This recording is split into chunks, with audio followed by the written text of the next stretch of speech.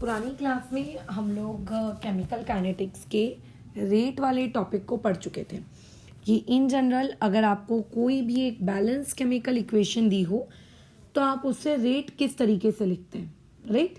तो अभी उसी क्लास को आगे कंटिन्यू करते हैं। आज की क्लास में हम लोगों का जो टॉपिक है, जो हम लोग आज पढ़ने जा रहे हैं, दैट इज़ रेट लॉ। अब लास्ट क्लास में तो हमने रेट पढ़ा, अब हमें ये सीखना है कि आखिर ये रेट लॉ नामक चीज़ किसे कहते हैं, आखिर ये रेट लॉ होता क्या है। तो कुछ भी कठिन नहीं है। देखो, रेट लॉ के बारे में अगर तुम जानना चाहो तो आप लोगों ने 11th क्लास में law of mass action chemical equilibrium में पढ़ा है, right. Law of mass action chemical equilibrium में पढ़ा है, ठीक है। थोड़ा सा उसको रिवाइज कराते हैं। तो अभी क्लास 11th की बात चल रही है, ठीक है। क्लास 11th में केमिकल इक्विलिब्रियम नामक एक टॉपिक था जिसमें एक कोई भी अगर आपको एक रैंडम रिएक्शन लिख कर दी जाए, जैसे मैं एक रैंडम रिएक्शन लिख देती हूँ, 2 times of A plus 3 times of B is giving you 4 times of C plus 5 times of D। और इस रैंडम रिएक्शन को अगर कोई तुमसे पूछे कि इसका रेट क्या है, तो आप ये कहते हो सर फॉरवर्ड डायरेक्शन में चाहिए कि आपको बैकवर्ड डायरेक्शन में चाहिए, है ना। चलो मान लेते हैं, फिलहाल मैंने जनरली एक पूछ लिया कि रेट क्या है। तो जब आपने लॉ ऑफ मास एक्शन पढ़ा था तो आपने ये ज़रूर पढ़ा होगा कि ऐसे केस में अगर आपको कभी भी रेट लिखने को कहा जाता है तो रेट हम लोग वहाँ पे कुछ इस तरीके से लिखते थे, rate equal to some constant के। अगर फॉरवर्ड डायरेक्शन के रिस्पेक्ट में लिख रहे हो तो अलग, बैकवर्ड में लिख रहे हो तो अलग। अच्छा, उसके अलावा कंसंट्रेशन बोलो किसकी, वैसे कंसंट्रेशन जैसा वर्ड इस्तेमाल नहीं करना चाहिए, एक्टिव मास वर्ड इस्तेमाल करना चाहिए। लॉ ऑफ मास एक्शन जब पढ़ाया था तुमको तो एक्टिव मास ऑफ ए, और यहाँ पे ए के आगे की जो भी स्टोक्योमेट्री है, फिलहाल यहाँ पे ए के आगे स्टोक्योमेट्री कितनी है 2, तो वो उसके ऐसे देखो पावर में चली जाती थी। और उसके अलावा एक्टिव मास ऑफ बी, और कहाँ चला जाता था, उसके आगे की स्टोक्योमेट्री कहाँ, इस तरीके से ऊपर। ये हम लोग केमिकल इक्विलिब्रियम में लॉ ऑफ मास एक्शन इस तरीके से लगाना हम लोग सीखें। अब बात ये है कि इस चैप्टर में आपको रेट लॉ लिखना है। What do you mean by the term rate law? Rate law का सिंपल मीनिंग यही होता है कि किसी भी रिएक्शन में जो आपका रिएक्टेंट है, उस रिएक्टेंट की कंसंट्रेशन, ठीक है, उस रिएक्टेंट की कंसंट्रेशन पर आपकी रेट कैसे डिपेंड करेगी, may be directly may be indirectly. तो ऐसा एक एक्सप्रेशन, ठीक है, एक ऐसा एक्सप्रेशन, ठीक है, विच गिव्स यू आइडिया, जो आपको क्या दे, एक रिलेशनशिप दे, है ना, या फिर आपको एक आइडिया दे किसके बारे में, about the rate of a reaction, ROR, and concentration of reactant. मतलब रिएक्टेंट की कंसंट्रेशन का रिएक्शन की रेट के साथ क्या रिलेशनशिप है, ठीक है, इस बारे में जो आपको आइडिया दे, उसको बेसिकली, उस एक्सप्रेशन को बेसिकली हम लोग क्या कहते हैं, रेट लॉ कहते हैं, ठीक है। उस पर्टिकुलर एक्सप्रेशन को बेसिकली हम लोग क्या कहते हैं, रेट लॉ कहते हैं। तो चलिए ठीक है, रेट लॉ निकालना सीखते हैं। अगर मान के चलो कोई भी आपको एक रैंडम रिएक्शन दी हुई है, A प्लस बी, मतलब A plus 2B is giving you somewhat, let's say product. अगर मैं तुमसे कहती हूँ कि यहाँ पर इस पर्टिकुलर रिएक्शन का आप मुझे रेट लिख कर दिखाओ, तो कई लोगों का इसमें ऐसा मानना होता है कि मैम अब यहाँ पे हम जो रेट लिखेंगे वो रेट आप इस तरीके से लिखिए जिस तरीके से आप लॉ ऑफ मास एक्शन के वक्त लिखते थे। कंसंट्रेशन ऑफ ए, है ना, कांस्टेंट डेफिनेटली लगाना पड़ेगा। ए के आगे कोई स्टोक्योमेट्री नहीं है, यानी कि इस तरीके से पावर 1। फिर उसके अलावा बताओ क्या है, बी है, और बी की पावर बोलो कितनी हो गई आपके पास, इस तरीके से 2 हो गई। ये ऐसा लिख दो रेट, है ना, रेट लॉ ऐसा लिख दो। तो मैं बता दूं, सबसे पहली चीज़, रेट लॉ मैं मानती हूँ कंसंट्रेशन ऑफ रिएक्टेंट पे डिपेंड करेगी, बट वही रेट लॉ आप लोगों के उस रिएक्टेंट की स्टोक्योमेट्री पे डिपेंड करेगी, ऐसा नहीं होता। तो कई लोग जिनको ऐसा लगता है कि किसी भी रिएक्शन की रेट हम उसके सामने की जो स्टोक्योमेट्री होती है, वो स्टोक्योमेट्री जो भी लिखी है उसकी पावर में चढ़ा दें और उससे निकल के आ जाती है, तो ऐसा नहीं होता, ठीक है। There is no relationship, there is no relationship किसके बीच में बताओ, there is no relationship between stoichiometries, जो आप लोगों की स्टोक्योमेट्रीज है, मैं उसको भी फिलहाल शॉर्ट फॉर्म में लिख देती हूँ, एंड कंसंट्रेशन, ठीक है, एंड रेट लॉ, इनके बीच में आपस में कोई रिलेशनशिप नहीं होता। स्टोक्योमेट्री कंसंट्रेशन पर एंड रेट लॉ पर डिपेंड नहीं करती। कंसंट्रेशन एंड रेट लॉ ये दोनों आपस में बिल्कुल डिपेंडेंट क्वांटिटीज है ना, ये एक दूसरे पे डिपेंडेंट क्वांटिटीज है। अगर आप कंसंट्रेशन के साथ कुछ भी छेड़छाड़ करते हो तो ऑब्वियस है कि रेट को फर्क पड़ता है। ली चार्टिलियस प्रिंसिपल पढ़े हैं हम लोगों ने, है ना। लेकिन उस रिएक्शन में रिएक्टेंट की जो स्टोक्योमेट्री है उससे हमें कोई फर्क नहीं पड़ता। सो देयरफॉर हम लोगों के दिमाग में अगर कहीं भी ऐसी बातचीत आए कि किसी भी रिएक्शन में अगर आपको उसकी स्टोक्योमेट्री दी है तो वही उसके कंसंट्रेशन के पावर में चढ़ा दो, ये गलत है। हाँ, आप ये लिख सकते हो कि अगर आपके पास एक रिएक्शन है ए से लेकर बी, अब अगर मैं तुमसे कह रही हूं इस रिएक्शन का रेट बोलो क्या होगा, तो तुम ये जरूर लिख सकते हो कि जो रेट है वो डायरेक्टली प्रोपोर्शनल होगा या फिर लेट्स से इन्वर्सली प्रोपोर्शनल होगा, मुझे नहीं पता कैसे प्रोपोर्शनल होगा। तो रेट प्रोपोर्शनल होगा कंसंट्रेशन ऑफ ए के raise to the power N.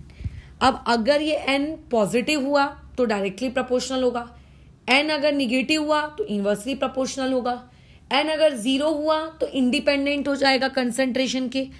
तो ये जो पावर एन होती है ना, ये पावर एन उस पर्टिकुलर रिएक्शन की स्टोइक्योमेट्री नहीं है, ठीक है। ये जो पर्टिकुलर पावर एन है ये उस पर्टिकुलर रिएक्शन की स्टोइक्योमेट्री नहीं है।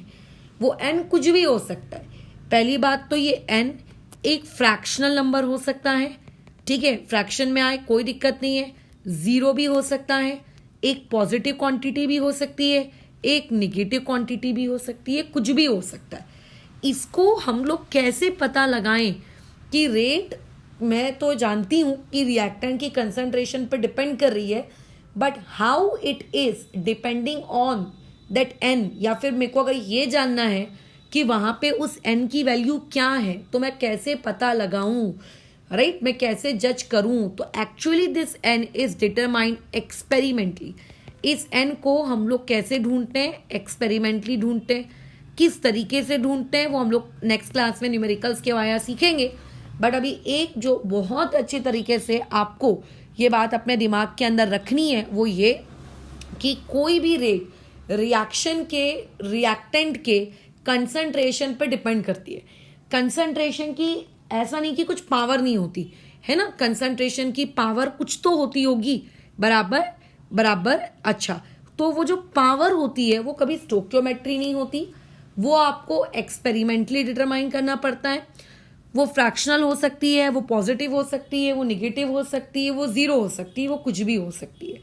अच्छा चलो ठीक है, अगर मान लेते हैं आपके पास एक रिएक्शन ऐसी होती A प्लस C is giving you some product, ठीक है, तो ऐसे में अगर कोई मुझे कहता इस रिएक्शन की रेट लिखो, तो इस रिएक्शन की जो रेट होती वो डायरेक्टली प्रोपोर्शनल होगी किसके, concentration of A raise to the power P। मुझे नहीं पता P क्या है, मुझे नहीं पता क्या वैल्यू है इसकी, may be positive, may be negative, may be zero, may be fractional, I don't know.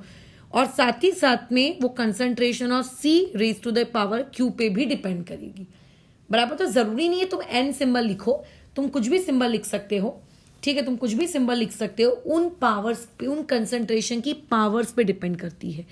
और जब मैं प्रोपोर्शनैलिटी को हटा दूं, सब जानते हैं मैथ्स अगर बनानी है तो प्रोपोर्शनैलिटी तो हटानी पड़ेगी भैया। तो अगर मैं इस प्रोपोर्शनैलिटी को हटा दूं और उस प्रोपोर्शनैलिटी के बदले में अगर मैं वहां पे क्या कर दूं, इक्वल टू क्रिएट कर दूं, तो तुम तो जानते हो कि जब जब हम दुनिया में प्रोपोर्शनैलिटी को हटाते हैं उसके बदले में इक्वल टू क्रिएट करते हैं। तो इक्वल टू क्रिएट करने से क्या होता है, हमें वहां पे एक कांस्टेंट इंट्रोड्यूस करना पड़ता है। ये दुनिया का नियम है। तुम जब जब दुनिया में प्रोपोर्शनैलिटी को हटाओगे तब तक तुम्हें दुनिया में वो क्या कहते हैं, कांस्टेंट इंट्रोड्यूस करना ही पड़ेगा, ठीक है। अच्छा, अब मान लेते हैं आप दुनिया में अलग अलग रिएक्शंस करते हो, अलग अलग रिएक्शंस के लिए आप अलग अलग प्रकार के कांस्टेंट्स का इस्तेमाल करते हो, है ना। हमेशा आप सेम प्रकार के कांस्टेंट का तो इस्तेमाल करते नहीं हो, है ना। हमेशा आप अलग अलग प्रकार के कांस्टेंट्स का इस्तेमाल करते हो, कांस्टेंट के सिंबल्स अलग अलग होते हैं।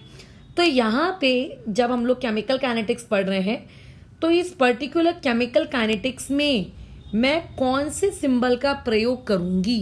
तो यहाँ पे लेट से मैंने जिस सिंबल का प्रयोग किया लेट इट बी के, मैंने किस सिंबल का प्रयोग किया यहाँ पे लेट इट बी के, और ये वाली चीज आप लोगों की वैसी की वैसी।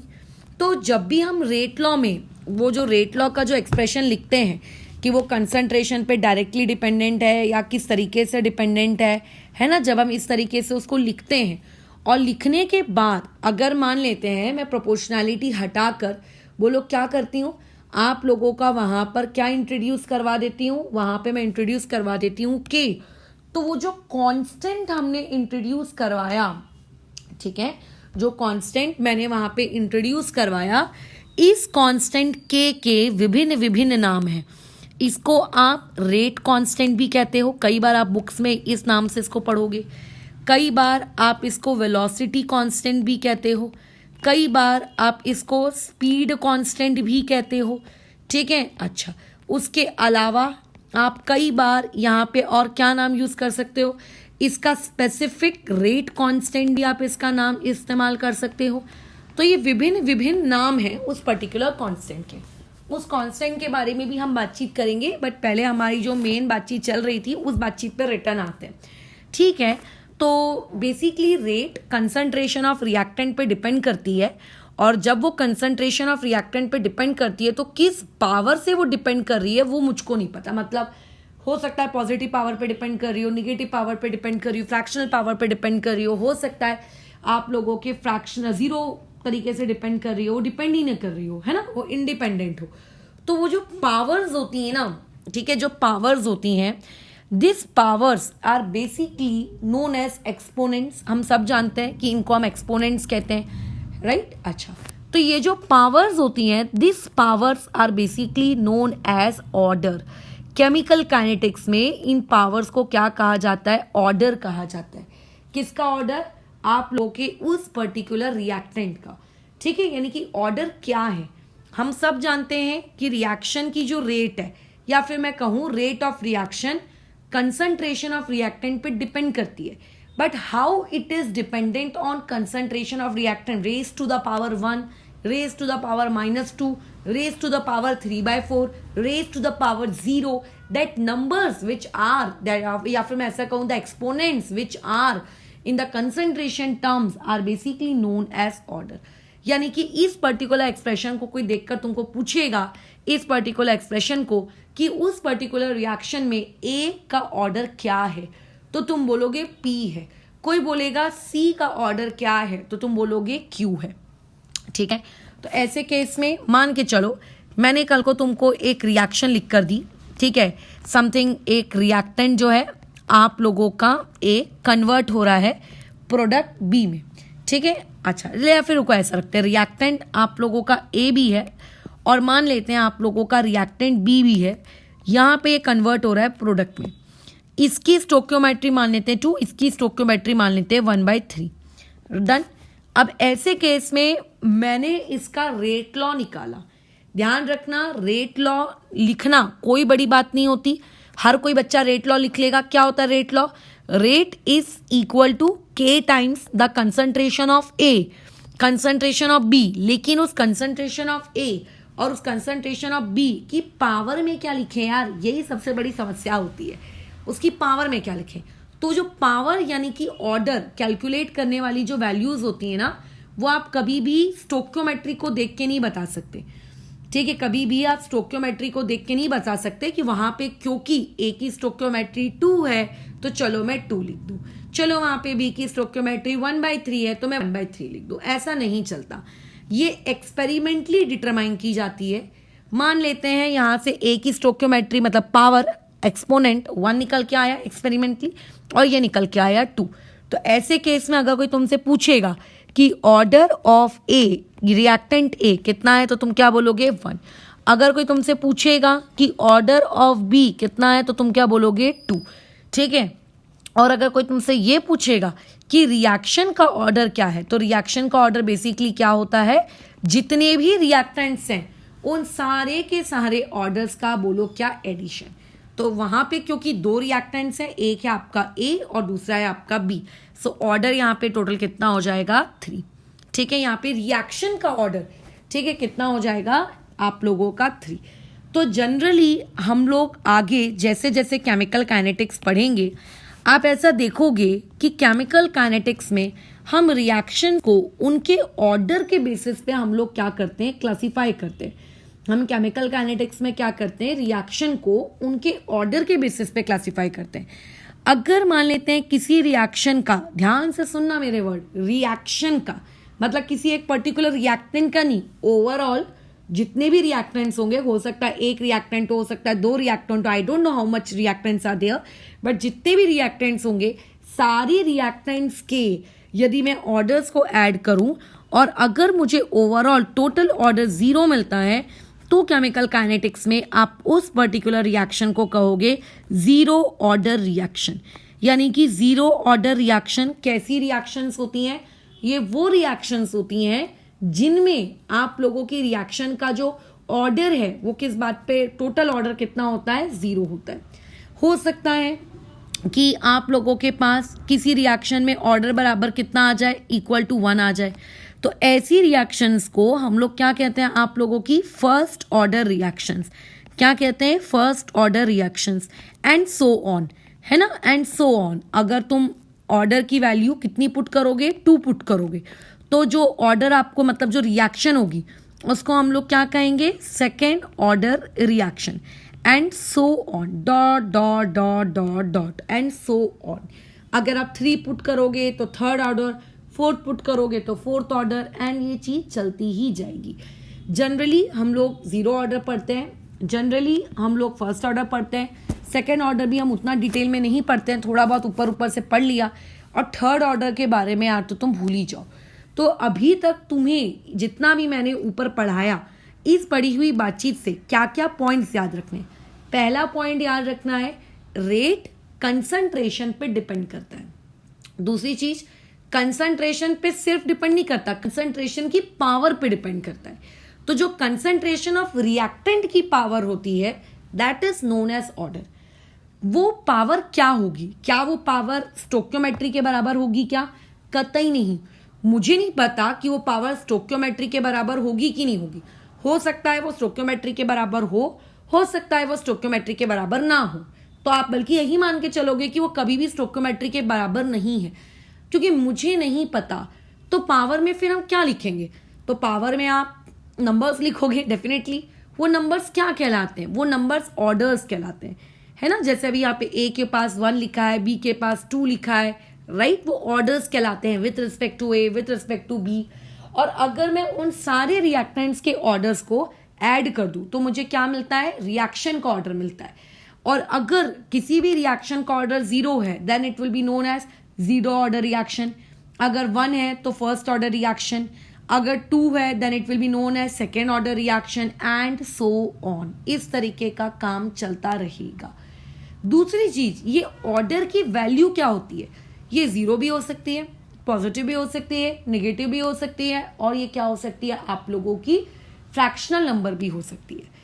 जैसे जैसे देखो हम लोगों की क्लास आगे बढ़ेगी ना, हम 0 ऑर्डर रिएक्शन को पढ़ेंगे अलग से, हम फर्स्ट ऑर्डर रिएक्शन को पढ़ेंगे अलग से। तो हर रिएक्शन के दौरान मैं तुम्हें कुछ जनरल एग्जांपल्स दूंगी। जनरल एग्जांपल्स का मतलब, जैसे फिलहाल अभी लिखना मत, से सुन लेना कि जब भी किसी भी मेटालिक सरफेस को हम एज अ कैटलिस्ट यूज करते हैं, सरफेस केमिस्ट्री पढ़ चुके हो, है ना, पता होना चाहिए कैटलिस्ट के जैसे यूज करते हैं, जैसे निकल को, प्लेटिनम को, इन सब चीजों को। तो जब भी आप किसी भी मेटालिक सरफेस को एज ए कैटलिस्ट यूज करते हो और उस कैटलिस्ट के ऊपर अगर आप एक गैसियस डिकम्पोजिशन रिएक्शन करा रहे हो, मतलब कोई गैसेस की कुछ रिएक्शंस करा रहे हो, तो बेसिकली वो रिएक्शंस जनरली आपकी 0 ऑर्डर रिएक्शन की कैटेगरी में पाई जाती हैं। तो क्या होता है, आगे की फ्यूचर क्लासेस में तुम्हें कई बार न्यूमेरिकल्स आते हैं। न्यूमेरिकल्स में कई बार इस तरीके का रेट एक्सप्रेशन दिया होता है, तो उस रेट एक्सप्रेशन को देखकर मैं ऑर्डर बता देती हूँ, बट कई बार आपको ऑर्डर बताने के लिए कोई रेट एक्सप्रेशन नहीं दिया होता, तो वहां पे जो वर्डिंग्स होती है ना कि ये एक रेडियो एक्टिव रिएक्शन है, ये एक गैसियस रिएक्शन है, निकल की सरफेस के ऊपर हो रही है, ये सारी वर्डिंग्स एक्चुअली हमारी हेल्प करती हैं किस चीज के लिए, ये डिटरमाइन करने में हमारी हेल्प करती हैं कि वो रिएक्शन का ऑर्डर क्या होगा। ठीक है, तो हम लोग को जनरलाइज नियम बना के रखेंगे जो कि आगे जैसे जैसे क्लास बढ़ेगी उस वक्त तुम लोगों को मैं लिखवा दूंगी, बट फिलहाल जो मोस्ट इंपॉर्टेंट पॉइंट्स हैं वो क्या से हैं। सबसे सबसे सबसे इंपॉर्टेंट पॉइंट ये है कि ये कभी भी स्टोक्योमेट्री नहीं होती, कभी भी ये आपके रिएक्शन की स्टोक्योमेट्री से आप नहीं लिख सकते, एक्सपेरिमेंटली डिटरमाइंड होती है, फ्रैक्शनल, जीरो, पॉजिटिव, नेगेटिव, ये कुछ भी हो सकती है। ठीक है, और रिएक्शन का ऑर्डर क्या होता है, सम ऑफ ऑल ऑर्डर्स। ठीक है, जितने भी एक्सपोनेंट दिख रहे हैं रिएक्टेंट में उन सभी का अगर आप सम कर दो तो basically that is your order of A reaction. ठीक है ना। अच्छा, और कुछ ऑर्डर के बारे में जानकारी हम लोगों को यहाँ रखनी है क्या। देखो, ऑर्डर के बारे में ज्यादा कुछ जानकारी तो ध्यान नहीं रखनी है, सिर्फ एक बात याद रखनी है, सिर्फ एक बात। जैसे मान लेते हैं कोई एक जनरल रिएक्शन है, A capital A plus B capital B is giving you small C capital C. कल की क्लास तक तुम लोगों को मैंने इस पर्टिकुलर रिएक्शन का रेट लिखना सिखाया है। बोलो, इस रिएक्शन का रेट हम कैसे लिखेंगे। रेट इज इक्वल्स टू क्या आ जाता है, -1/a।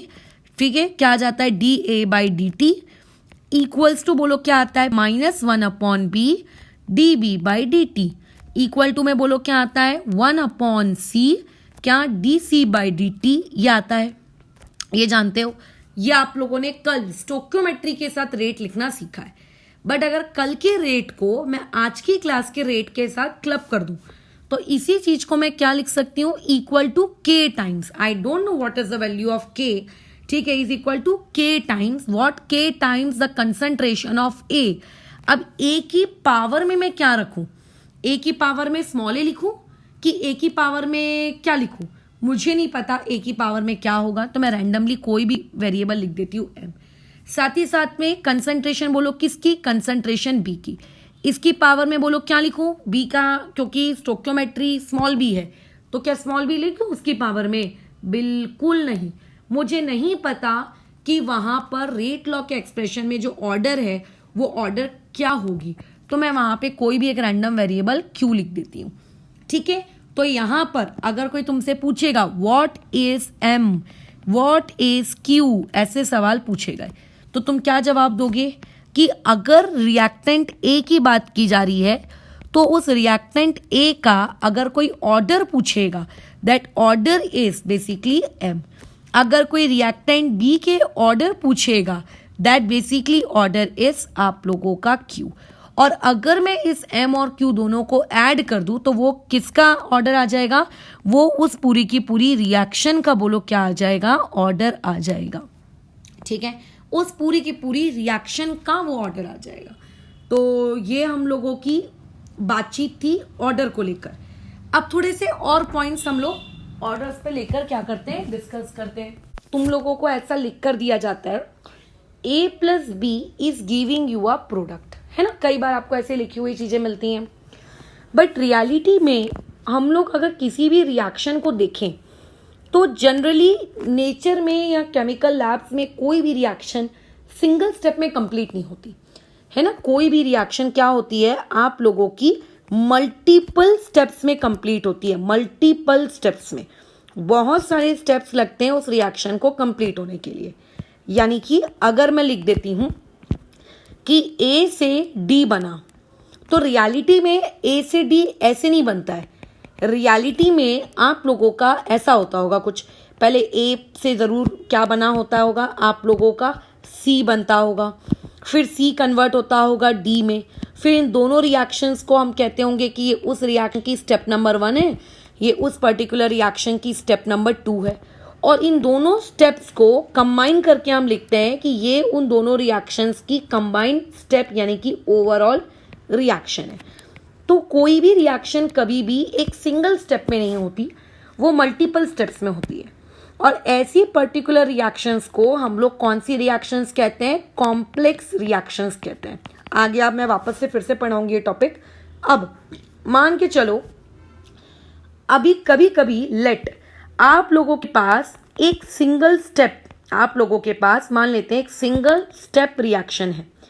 सिंगल स्टेप रिएक्शन का मतलब जो एक स्टेप में हो गई, मान के चलो।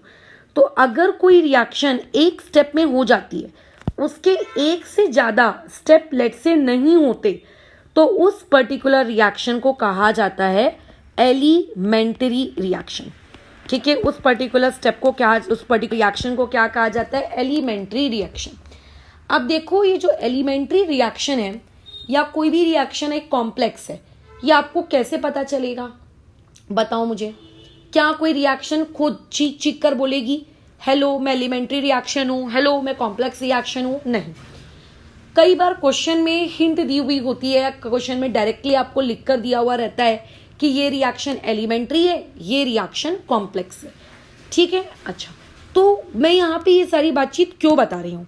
वो इसीलिए तुमको ये सारी बातचीत बता रही हूँ कि जब भी हम लोग एक एलिमेंट्री रिएक्शन की बात करते हैं तो एलिमेंट्री रिएक्शन के केस में आप ऑर्डर को उसके रिएक्शन की स्टोइकियोमेट्री के बराबर क्योंकि लिख सकते हो, इसीलिए तुमको ये सारी बातचीत बताई गई कि आप उसको ऑर्डर इक्वल टू स्टोइकियोमेट्री लिख सकते हो। जैसे एग्जाम्पल के तौर पर मैंने यहाँ पे लिख दिया for elementary reaction 3A + 4C is giving you 5D, और मैं कहूँगी कि जाओ जाके अब इसका रेट लॉ लिखो। तो इसका रेट लॉ बोलो क्या हो जाएगा? Rate equal to K times the concentration of A raise to the power 3 concentration of C raise to the power 4। तो कल को अगर तुमको कभी ऐसा दिखे, ठीक है क्या, कि जो भी स्टोइकियोमेट्रीज है वही उनकी रेज टू द पावर है, तो ऐसे केस में वो रिएक्शंस आपकी जनरली कौन सी रिएक्शंस होती हैं? एलिमेंट्री रिएक्शंस होती हैं। कई बार पेपर में हम लोगों को लिखकर दे देता है कि for elementary reaction write down the rate law, तो एक स्टूडेंट कंफ्यूज हो जाता है यार कि रेट लॉ में तो ऑर्डर चाहिए और ऑर्डर तो एक्सपेरिमेंटल आएगा और एक्सपेरिमेंटल के लिए तो कोई डेटा दिया नहीं है, मैं ऑर्डर कैसे निकालूं? तो वहां पे हिंट होती है एलिमेंट्री वर्ड। ठीक है, बराबर वहां पे क्या होती है? आप लोगों की हिंट होती है, बोलो कौन सी? Elementary word. ठीक है, क्या होती है? आप लोगों का क्या होती है? हिंट होती है ना, ताकि आप ऑर्डर को बेसिकली क्या लिख सको? उसकी स्टोइकियोमेट्री के बराबर आप लिख सको। ठीक है, ये इस तरीके का काम, बराबर ये इस तरीके का काम। अच्छा, अब ऐसे में और कुछ जानकारी ऑर्डर के बारे में हम लोगों को पता होना चाहिए, बताओ कुछ और। अच्छा बिल्कुल, एक और पॉइंट है जो हम ऑर्डर के बारे में जान सकते हैं, बताइए क्या पॉइंट है वो? जैसे कि तुम लोगों को पता होगा कि हमने कल की क्लास में ऑर्डर लिखना सीखा था, राइट? कैसे आपकी वो पूरी रिएक्शन को हम वेल बैलेंस्ड करते हैं, वेल बैलेंस्ड करने के बाद हम लोग वहाँ पर उसको लिखते हैं कि ये इसका रेट बराबर इतना इतना है ना, ये सारी कहानी हम लोग करते हैं ना उसके साथ। अच्छा ठीक है, तो अगर मैं वो सारी कहानियाँ यहाँ पर करूँ पूरी की पूरी रिपीट वापस से फिर से, जो कि करने की नीड नहीं है यार, ऊपर करवाया आई थिंक मैंने, है ना, ये देखो यहाँ पे लिखवाया था आपको। इसी को एक काम करते हैं अपन, कॉपी कर लेते हैं नीचे एक बार फिर से। अरे कहाँ भाग गया? कॉपी, चलो आ जाओ, वापस आ जाओ नीचे। चलिए आ जाए यहाँ पे। अब देखिए आप यहाँ पे स्मॉल ए को जानते हो, स्मॉल ए क्या है? स्मॉल ए हाँ जानते हैं, ये तो स्टोइकियोमेट्री है, बिल्कुल। स्मॉल बी स्मॉल सी क्या है? स्टोइकियोमेट्रीज है। अच्छा, क्या आप एम को या क्यू को जानते हो? नहीं यार, एम और क्यू को हम नहीं जानते। अच्छा कोई दिक्कत नहीं है, एक काम करो, आप इस एक्सप्रेशन को कंसीडर करो, इस अपने एक्सप्रेशन को कंसीडर करो। ये क्या है? रेट है मैडम। अच्छा ठीक है, ये क्या है? ये भी आप लोगों का रेट है, हम जानते हैं। क्या एक ही इक्वेशन के, एक ही रिएक्शन के सेम ही रेट होंगे ना भाई, चाहे कैसे भी तरीके से निकाल, सेम ही होगा। यानी कि -1/A dA/dt can be equate to K times of concentration of A raise to the power M concentration of B raise to the power, बोलो कितना आप लोगों का Q। इसको मैं ऐसा लिख सकती हूँ, लिख सकते हो आप, जहाँ पे K क्या है? Rate constant. अब एक काम करो, ये जो तुम्हारे पास स्मॉल a है, इस स्मॉल a को अगर मैं यहाँ भेज दूँ तो a क्या है? एक स्टोइकियोमेट्री है ना, a क्या है आप लोगों की? एक स्टोइकियोमेट्री, और क्या है? और उसके अलावा तो कुछ नहीं है। k क्या है? एक कांस्टेंट। तो स्मॉल ए भी एक कांस्टेंट और कैपिटल के ये भी एक कांस्टेंट, और मैं दो कांस्टेंट्स को अगर आपस में मल्टीप्लाई करूंगी तो उनका जो नया आंसर आएगा, जैसे 2 इंटू 3 दोनों कांस्टेंट्स ही हैं, और दोनों कांस्टेंट को अगर मैं मल्टीप्लाई करूंगी तो जो नया कांस्टेंट बनेगा वो भी बोलो आप लोगों का एक कांस्टेंट ही होगा ना। तो ए और के को हम लोग यहाँ क्या कर देते हैं, रिप्लेस कर देते हैं। किससे रिप्लेस कर देते हैं, एक नए सिंबल से, लेट्स से के ए। ठीक है, यहाँ पे इसको नए सिंबल से रिप्लेस कर देते हैं के ए, सॉरी कैपिटल ए। क्यों कैपिटल ए, क्योंकि यहाँ पे रिएक्टेंट कैपिटल ए की बातचीत की जा रही है। सिमिलरली मैं कैपिटल बी को क्या लिख सकती हूँ, स्मॉल बी इंटू के। कैपिटल सी को मैं क्या लिख सकती हूँ, स्मॉल सी इंटू कैपिटल के। लिखा जा सकता है, बिल्कुल लिखा जा सकता है। अच्छा, अब एक काम करो, पहली और दूसरी इक्वेशन का रेशो लो। तो जब पहली और दूसरी इक्वेशन का रेशो लोगे, ठीक है, पहली और दूसरी इक्वेशन का रेशो लोगे तो तुम्हें नहीं लगता ये चीज ऐसी बनेगी, के का रेशो के बी के साथ, के बी का रेशो के सी के साथ equal to A is to B is to C, है ना। और इसी चीज को मैं ऐसा भी लिख सकती हूं, के ए अपॉन ए इक्वल्स टू के बी अपॉन में आप लोगों का बी इक्वल टू के सी अपॉन में सी इक्वल टू आपका के, जहां पे के क्या था, आप लोगों का रेट कांस्टेंट था। तो ध्यान रखना ये एक्सप्रेशन हो सकता है आगे न्यूमेरिकल्स में हम लोगों को कहीं यूज करने के काम आ जाए। तो अभी मैंने सारी जानकारी तुम्हें रेट के बारे में बता दी है। अब मुझे क्या करना है, ये जो बातचीत चल रही थी ना कि जो कांस्टेंट होता है, rate constant, rate constant, rate constant, या फिर specific reaction rate, specific rate constant, जो भी था, आपको मुझे अभी आपको वो एक्सप्लेन करके देना है। तो देखो, R equal to K times the concentration, ठीक है, K times the concentration of A raise to the power Q है। जहां पे ये क्यू कैसे डिटरमाइन किया जाता है, एक्सपेरिमेंटली, बराबर, कैसे डिटरमाइन किया जाता है, एक्सपेरिमेंटली। अब आप एक काम करो, लेट करो कि जो रिएक्टेंट है यानी कि ए, इसकी कंसंट्रेशन मान के रख लो आप, कितनी है, 1। हमने इसकी कंसंट्रेशन कितनी मान ली, 1। तुम्हें शायद याद होगा जब तुम छोटे होगे 10th क्लास में, अगर तुम्हें फिजिक्स में कुछ डिफाइन करना होता था, जैसे कि आपको ये डिफाइन करना होता था कि बताइए इस पर्टिकुलर रिएक्शन, मतलब नॉट रिएक्शन, 1 वोल्ट क्या होता है, 1 एम्पियर क्या होता है, तो आप कैसे डिफाइन करते थे, आप इसी तरीके से डिफाइन करते थे ना कि चलो मान लेते हैं कंडक्टर 1 सेंटीमीटर लॉन्ग है, उसके अंदर 1 मिनट तक या 1 सेकेंड तक उसके अंदर से हमने करंट फ्लो करवाया है ना, और उसके बाद हम लिखते थे कि मान लो 1 पोटेंशियल डिफरेंस अप्लाई किया जा रहा है, एक्सेट्रा एक्सेट्रा, यही सारा काम तो करते थे ना, 1 1 1। मतलब किसी भी चीज को अगर आपको डिफाइन करना हो तो डिफाइन करने के लिए आप उसको क्या करते हो, उसके जो क्वेश्चंस, मतलब उसमें जो टर्म्स इन्वॉल्व होते हैं, उसको क्या करते हो, यूनिटी मान के चलते हो। जब आप उसको यूनिटी मान के चलते हो तो यूनिटी के टर्म्स में आप उसको क्या करते हो, डिफाइन करने का काम करते हो। किसके टर्म्स में, यूनिटी के टर्म्स में डिफाइन करने का काम करते हो। अगर मैं यहाँ पे ए की वैल्यू को लेट से मैंने क्या रख लिया, 1 रख लिया, तो ऐसे में बोलो क्या हो जाएगा, R इक्वल्स टू के नहीं आ जाएगा। यानी कि बेसिकली अगर कोई मुझे के को डिफाइन करने को कहे तो क्या मैं इस के को ऐसे डिफाइन कर सकती हूँ कि के और कुछ नहीं बल्कि आपका एक प्रकार का रेट ही है। आप लोगों का के क्या है, बेसिकली रेट कांस्टेंट को अगर मुझे डिफाइन करना हो कि rate constant, velocity constant, speed constant, जो भी इसके नाम है, ठीक है, तो बेसिकली ये क्या है, is equal to rate of the reaction. ये किसके बराबर होता है, रेट ऑफ रिएक्शन के बराबर हो जाता है। कब रेट ऑफ रिएक्शन के बराबर होता है, जब आप रिएक्टेंट की, कितने भी रिएक्टेंट हो, व्हेन कंसंट्रेशन, ठीक है, ऑफ ईच रिएक्टेंट इज आपका कितना, यूनिटी। जब आप हर रिएक्टेंट की कंसंट्रेशन कितना रख लेते हो, आप यूनिटी रख लेते हो, तो बस उसी रेट को हम लोग बेसिकली क्या कहने लगते हैं, आप लोगों का के कहने लगते हैं।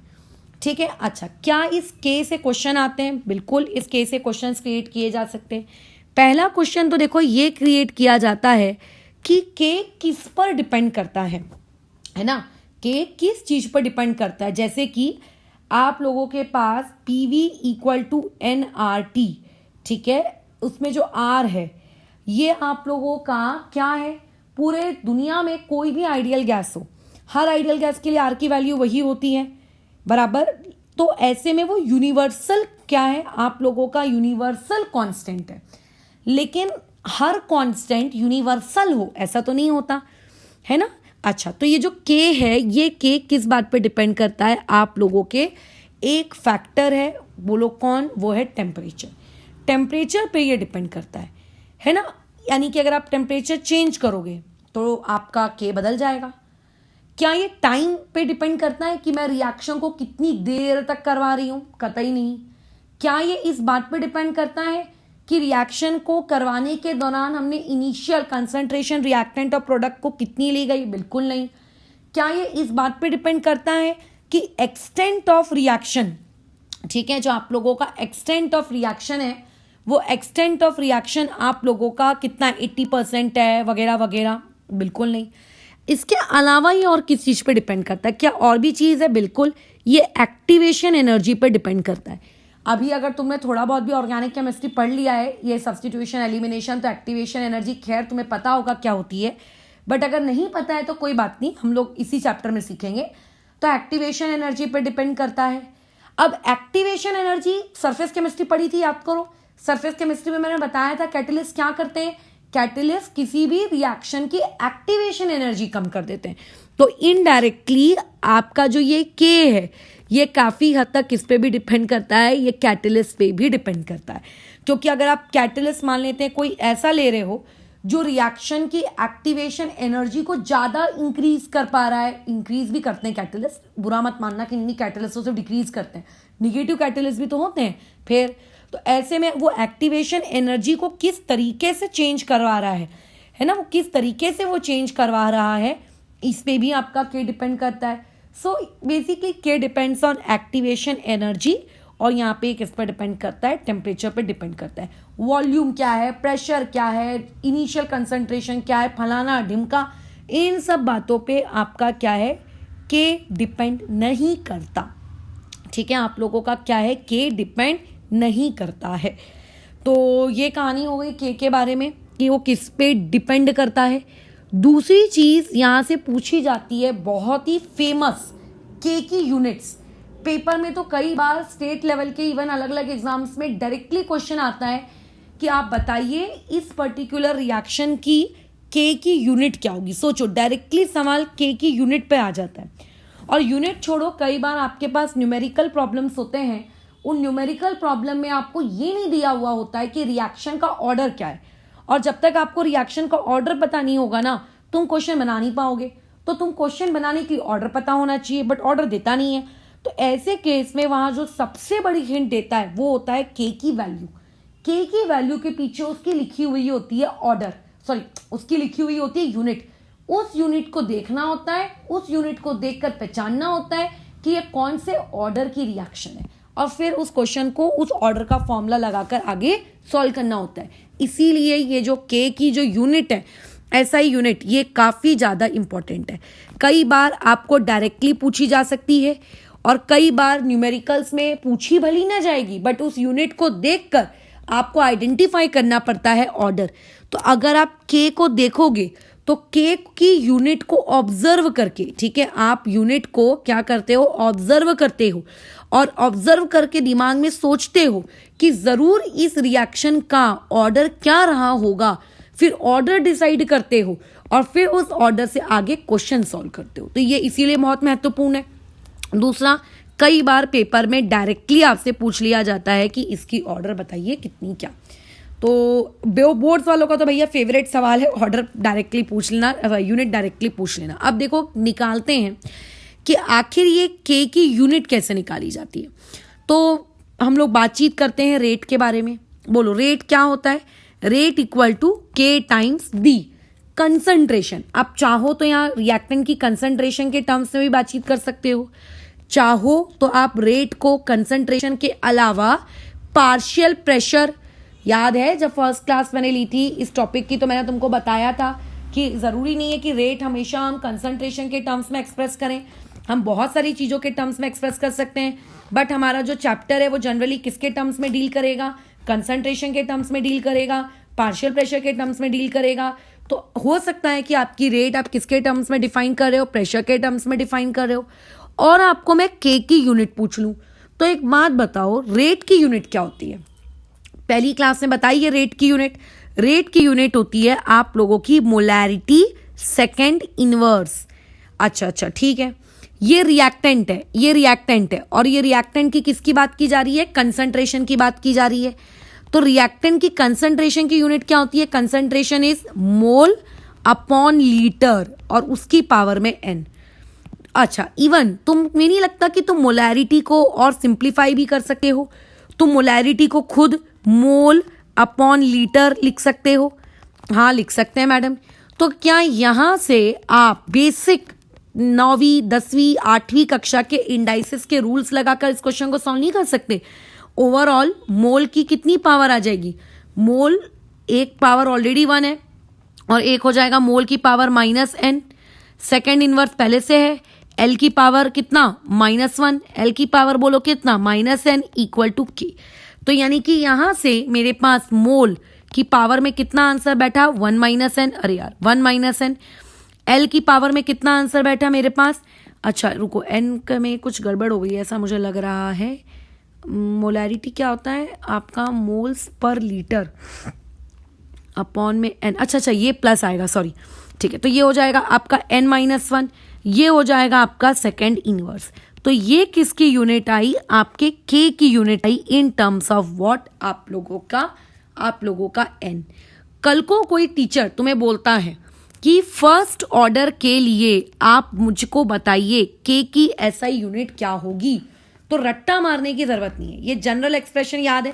अगर जनरल एक्सप्रेशन याद नहीं भी है यार तो डिराइव कर सकते हो, वैसे याद रहेगा ना तो बेहतर रहेगा। पता है क्या, याद रहना बहुत बेहतर है।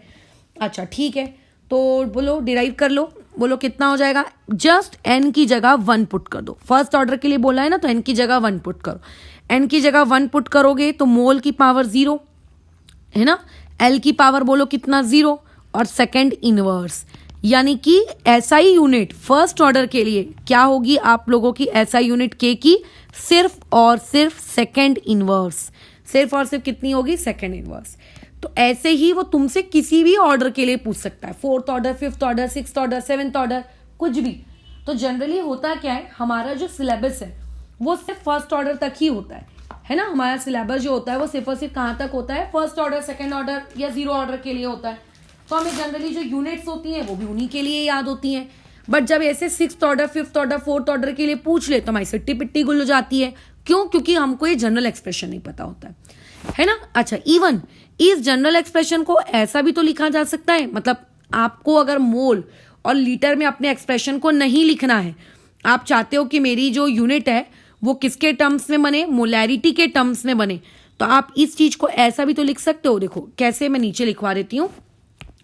Molarity second inverse equal to k times, बोलो k टाइम्स क्या? k times molarity. कंसंट्रेशन की यूनिट तो भाई मोलैरिटी ही होती है ना, उसकी पावर n। यानी कि k की यूनिट यहां से मोलैरिटी के टर्म्स में क्या बन गई? Molarity 1 - n second inverse. Molarity के टर्म्स में भी आप निकाल सकते हो। अगर आपने अपना रिएक्टेंट प्रेशर के टर्म्स में लिया होता तो प्रेशर के टर्म्स में आप इस चीज को कैसे कर रहे होते? आर की यूनिट बोलो वहां पे क्या रही होती? आर की यूनिट भी एटीएम के टर्म्स में ही रही होती है ना, rate of change of pressure with respect to time, यानी कि एटीएम सेकेंड इनवर्स। आपकी जो प्रेशर की यूनिट है वो क्या रही होती? एटीएम की पावर n। तो यहां से k की यूनिट एटीएम के टर्म्स में कितनी आई होती? एटीएम की पावर बोलो कितना आप लोगों का? 1 माइनस, बोलो 1 माइनस कितना? n और सेकेंड इनवर्स। तो ऐसा भी पूछा जा सकता है। तो ये कहानी थी तुम लोगों के k के बारे में। तो यहाँ पे हम लोग हमारा ऑर्डर और रेट कांस्टेंट वाला जो टॉपिक है उसको यहाँ समाप्त करते हैं, और इसके आगे का काम, इससे रिलेटेड न्यूमेरिकल्स हम लोग कल की क्लास में पढ़ेंगे। ठीक है।